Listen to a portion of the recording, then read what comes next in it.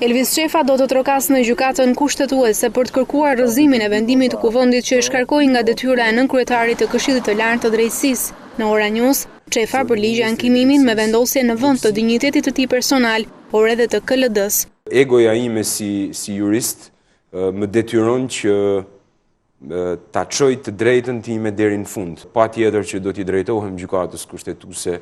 Për mua rëndësishme është që dinjiteti që më është cënuar publikisht, jo vetëm mua, por Këshilli i Lartë Drejtësisë dhe të gjithë sistemi gjyqësor në tërësi vendoset në vend.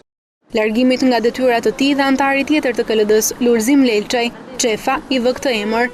Tendenca është për të pasur edhe parlamenti, edhe qeveria për të pasur një Këshill të Lartë Drejtësisë në urdhrat e tyre. Një nga 10 arsyet që mazhoranca kërkoi shkarkimin e tij ishte marrja e kompetencave të ministrit të drejtësisë. Ndaj këtij të fundit, Çefa nuk kursen akuzat.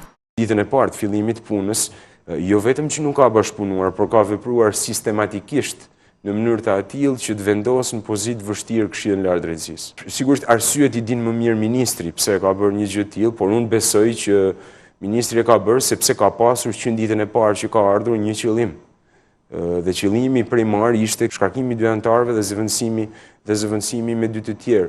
Ka shfrytzuar negativisht edhe kompetencat ekskluzive që ligji i ka dhënë atij në drejtim të procedimit të gjyqtarëve. Zoti ministri i drejtësisë nuk sillte për procedim një tuf gjyqtar është konstatuar me shkelje nga inspektorati i Këshillit të Lartë Drejtësisë.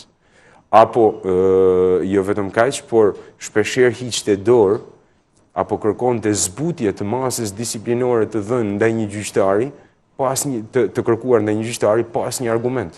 Të njëjtën shumica e majtë ekzekutoi me vot një vendim që kishte marrë shumë kohë më parë dhe shkarkoi nga detyra antarit të KLD-s, Elvis Çefën dhe Lulzim Lelçajn.